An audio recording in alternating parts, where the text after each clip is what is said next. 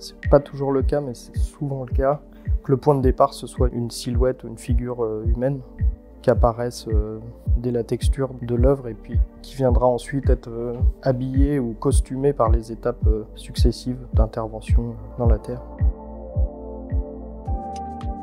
Je suis passé par le dessin puis par la peinture avant de travailler en céramique. C'est une technique qui pourrait être un peu à mi-chemin entre la marqueterie, la mosaïque et la peinture.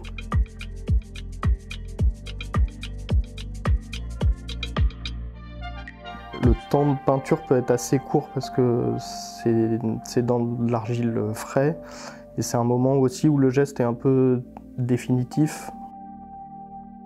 Là, je travaille avec deux terres simultanément. Je viens révéler la terre en dessous pour laisser apparaître un premier personnage.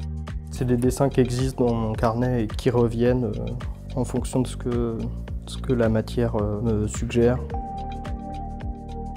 Enfin, ça m'arrive de même dessiner presque dans l'urgence après avoir modelé la terre pour pas hésiter trop longtemps sur le dessin.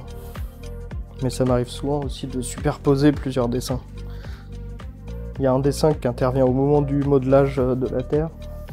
Il y aura forcément un deuxième dessin qui va se superposer au moment de la découpe. Il peut y en avoir un troisième au moment de l'émaillage. C'est très décomposé en fait comme façon de peindre.